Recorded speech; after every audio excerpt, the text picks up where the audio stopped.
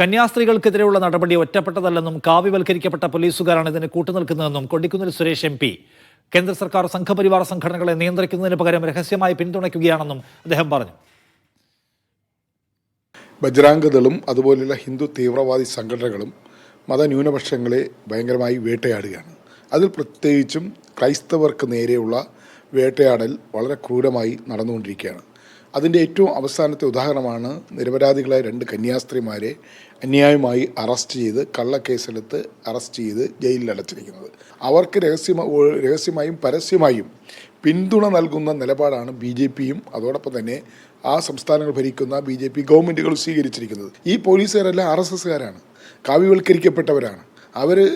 അവരാണ് ഇത് കൂട്ടുനിൽക്കുകയാണ്. കേരളത്തിൽ അരമനകൾ കയറിയിറങ്ങുകയും ബിഷപ്പുമാരെ വിളിച്ചു വരുത്തി അവരുമായി സംഭാഷണം നടത്തുകയും പ്രധാനമന്ത്രി കാണുകയും ഒക്കെ കാണാൻ ആഗ്രഹിക്കുകയൊക്കെ ചെയ്യുന്നു. ഇതൊക്കെ വെറും കാപട്യമാണെന്ന് തെളിഞ്ഞുകൊണ്ടിരിക്കുകയാണ്.